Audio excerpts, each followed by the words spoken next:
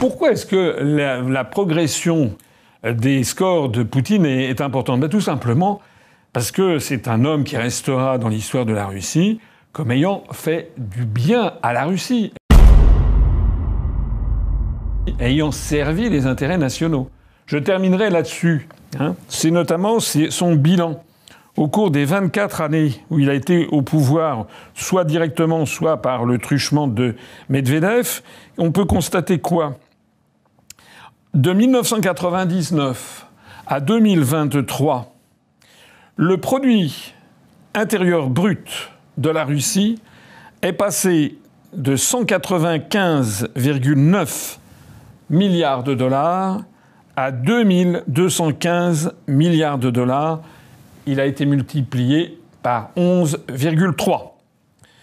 De 1999 à 2023, le produit intérieur brut par personne est passé de 1331 dollars en 1999 à 14 403,57 dollars en 2023. Il a été multiplié par 10,8. L'inflation en 1999 avait été en Russie de 36,56% au cours de l'année. En 2023, elle était tombée à 3,51%. Les réserves en or de la Russie, qui étaient équivalentes en 1999 à 12,6 milliards de dollars en 1999, sont passées en 2023 à 600,8 milliards de dollars. Les réserves en or de la Russie ont été multipliées par 47,7.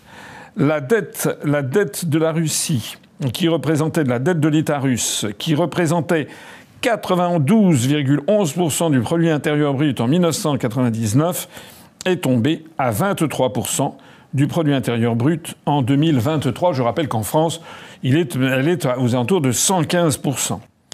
Les retraites mensuelles étaient en moyenne en Russie en 1999 de 449 roubles. En 2023, ces retraites sont de 19 322 roubles.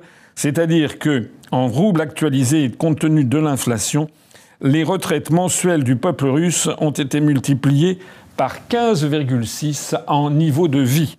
Enfin, le revenu mensuel en Russie, qui était de 1523 roubles mensuels en 1999, s'élevait en 2023 à 65 094 roubles, c'est-à-dire une multiplication par 15,4 compte tenu de la dérive inflationniste. Voilà. Donc la réalité, c'est celle-là. Et toutes les personnes qui connaissent la Russie, je ne parle pas des experts de plateau qui n'y ont jamais mis les pieds, ou des gens style Nicolas Tenzer ou style Glucksmann, ou tous ces gens-là qui en fait sont des gens stipendiés, payés par les Américains, tout ça est parfaitement répertorié d'ailleurs, et ils ont accès à tous les médias pour déverser leur venin et cracher sur la Russie. Mais tous les experts impartiaux qui sont allés en Russie, moi je me rappelle que j'étais allé en URSS en sortant de l'ENA en 1985, je suis retourné en Russie en 2015 à l'occasion de la victoire, les 70 ans de la victoire sur le nazisme. C'est le jour et la nuit. Alors, je ne dis pas qu'il n'y a pas, évidemment, dans des provinces, des choses qui ne vont pas. Et que c'est, bon.